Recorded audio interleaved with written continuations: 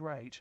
Let's talk to Neil Shah then. Neil, who's head of the Stress Management Society. This is a non-profit organisation dedicated to helping people recognise and reduce stress. Good morning, Neil. Good morning. How are you today? I'm very, very well, sir. Thank you for your time. First up, why do we get stressed about things? Is it perhaps our body trying to tell us something? Well, firstly, we have to establish that stress is a natural, instinctive, primitive response given to us by nature for a very good reason. It's a survival mechanism. Our ancient ancestors, a chap we called Caveman Joe, strolling through the plains of East Africa on the way back to the cave. Saber-toothed tiger jumps out in front of him. He's got one of two choices to deal with that situation. Either turn and leg it as quickly as he can, or dive on the tiger's back to overpower him. So we were equipped with what's known as the fight or flight response. It's a perfectly valid response. The challenge isn't that we're getting stressed. The challenge is most of us, when we get stressed in modern society, have no saber-toothed tiger to deal with. We're not looking to fight or run away from anything. And we get stuck in this state, which ends up becoming counterproductive. That's one of the things that you've already mentioned. The study we did with Atom Bank has found that finances is the key source of stress for many people. But when you're stressed about your finances, as much as you might want to punch someone in the face and run out of the house, it's not going to help you to deal with the challenges that you're facing. Knowing full well that today is National Stress Awareness Day, we were talking about this one in the production office after yesterday's show. And something that was raised by one of my producers working on the programme, one of the team members, stress in the 21st century. If we look back a generation or two generations, and I'm sure listeners to BBC Radio Cumbria will be on board later this morning with their thoughts and views on this one, the word stress was never used, was it, Neil? Yes, and what we've got to bear in mind, as you said, we go back a generation or two ago, and life was a little bit more simple. In modern society, we are literally overloaded with information. You wake up in the morning to a tsunami of information. Because the first thing most people do when they open their eyes is they look at their phone. And you've got not just your text messages, you've got your emails and social media and Facebook and news updates and so on and so forth. And we have more information being bombarded at us than we have the capacity to actually cope with. So very quickly we get to a state where we are overwhelmed. There was a conversation I was having with an older lady some time ago, and she was talking about growing up in London during the Second World War and hiding in bomb shelters and that kind of thing and rationing. But as much as obviously there were some serious and significant stresses, there wasn't a broad variety of individual challenges that many people are facing today. And that's where, as I said, most of us are very much like a rabbit in the headlights. We are frozen and debilitated by literally the sheer overload of information that we're asked to keep up with.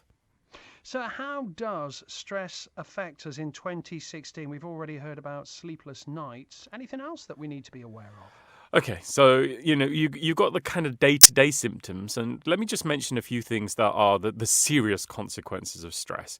Ultimately, if we think of stress as a bridge, if we think of stress from an engineering perspective, let's say a bridge that has too much weight, too much load, too much demand on it. Doesn't matter if it's Tower Bridge, the Golden Gate Bridge, the Sydney Harbour Bridge, every bridge on the planet, if enough pressure is applied for long enough, is ultimately going to collapse. Before it collapses, we'll know it's not coping particularly well because it'll bow, buckle, groan, creak, gives us lots of signs and symptoms to suggest it's not coping. At that point, we've got one or two choices, either remove the load or reinforce the bridge. Now, with a human being, it's exactly the same. However, when a human being collapses under excessive stress, from a mental and emotional perspective, it could lead to an emotional breakdown. From a physical perspective, it can lead to things like heart disease, which can also then trigger things like heart attack, cancer, diabetes, stroke, illnesses that can actually potentially kill you. But also, there's another one where we have to consider. And some of the research is now suggesting that the main reason for death in a man under the age of 45 in Britain today is suicide, where a lot of people seek the ultimate permanent solution to a temporary problem. So ultimately, stress, even though it directly can't kill you, it can contribute to things that will. Before that happens, there will be those early signs and symptoms, changes in behaviour, not sleeping at night, eating more sugar, drinking more alcohol or caffeine, smoking more. It could be getting more angry and frustrated. There are, losing pride in their appearance, working longer hours and getting less done. There's such a broad variety of ways that we are likely to start reacting to stress. And if we can pick it up early enough, then we've got the same choice with the actual bridge. Either we can look at, is there some action we can take to alleviate the load and take some stuff off our bridge, or some action that we can take to strengthen the bridge to to support it and increase our resilience so we're better equipped to cope with modern day stress. Here's the thing then, Neil. Recognizing stress as opposed to nerves or an adrenaline rush. I've just dropped on air at 9 o'clock this morning. I've been working in broadcasting for 32 years. The run up to any show that I present, I get a little nervous.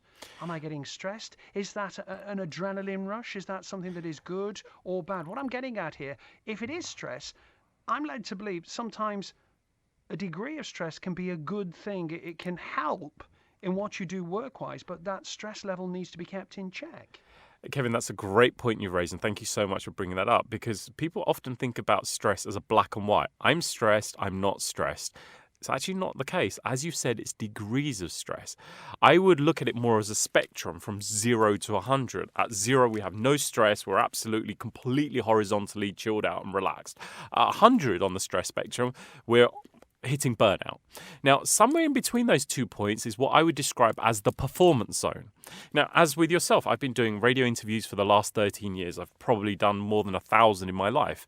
But even now, before I get on to do a radio interview, there will be not nerves, but there's kind of that excitement, anticipation. If I didn't have that and I was too relaxed, I would not be able to perform to the best of my ability. Football players that are about to go onto the field of play to play a big game, maybe a Champions League game or something like that. If they had no element of stress, they could not perform at their best of their ability. You're writing a report, driving your car, it doesn't matter the activity. There's a degree of stress that will allow you to be in what I describe as the performance zone, where your mental, physical, and emotional performance is optimized and you can function at your very best. Below that, you'll be underperforming because you'll be bored, sluggish, lethargic, you'll be procrastinating.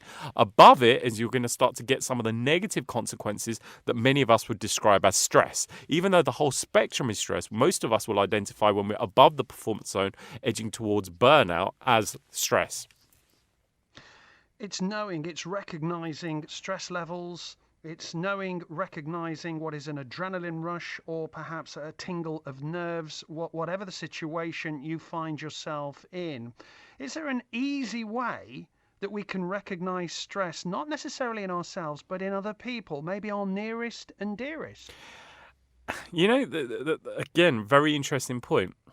When you get on a plane and the plane's about to take off and they're going through the safety instructions, and they talk about what you should do if there's a drop in cabin pressure. And the first thing that they suggest you do when there's a drop in cabin pressure and the oxygen mask come down is before you attempt to put a mask on someone else, you put it on yourself first.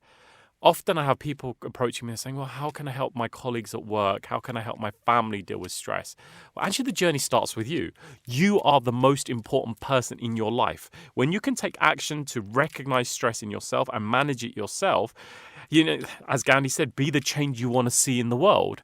Exemplify, live your life as an example. And when you're better at equipping yourself to deal with stress and recognizing it in yourself, you'll find that your radar will automatically be more tuned to recognize it in those around you. I'll give you a second or two to think on about this one, Neil. In a moment or two, I want you to come up with your personal favourite stress buster. I'm asking listeners to BBC Radio Cumbria to get in touch with me this morning, 0345 305 1122. Stress busters. We're building up something of a list. I've been doing a little bit of a research thing in readiness for this morning's show. The suggestion here, taking a salt bath is very, very good for stress relief. You take a salt bath, the Epsom salts increase the water's specific gravity, making you feel more lightweight while helping muscles relax. Your body also absorbs the salt, which helps replenish magnesium stores, and mineral that is there to help reduce stress levels. Taking a salt bath is one stress buster method. Another one here, hum a tune. Studies suggest that the combination of vocalization and vibration has a positive effect on our blood pressure, helping to relax tense muscles. What does it for you then, Neil? What's your favourite stress buster? Well, my top 3 tips on dealing with stress are also my top 3 tips on staying alive. And literally it is that simple. The more simple they are, the more likely we are to be able to do something about it.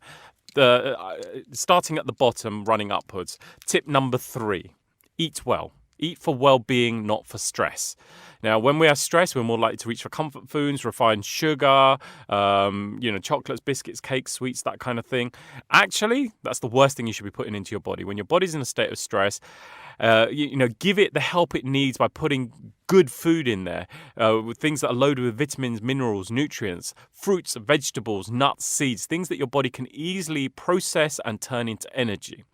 Next one up on the list is staying hydrated. You can go weeks without food. You can only go a couple of days without water. The human body is about 70% water. The human brain is about 92% water. Even a 2% drop in hydration levels leads to a 25% drop in our performance. A 10% drop in hydration levels and we have a 100% drop in performance or we die. That's how fragile we are, yet most people do not consume enough water. When you are stressed, actually taking on board more water, it means that we are functioning better. You're getting more water up to your brain, and which means that you are able to think more clearly. And the top tip, the top thing that we can do to alleviate stress is also the top thing that we should be doing to stay alive, which is breathing. You can't go more than a couple of minutes without taking a breath. And when we are stressed, there's a lack of oxygen in our brain. You can't think clearly, you can't problem solve, you can't think laterally, you can't think creatively.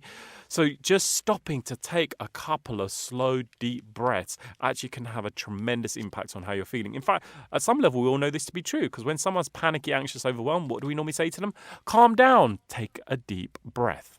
And again, I'm not going to ask anyone to take my word for it. Try this for yourself. Just stop, take a few slow, deep belly breaths, close your eyes, focus on the breath, and see what happens. I guarantee you, no matter what's going on, you're going to start to feel slightly differently just by taking more oxygen on board.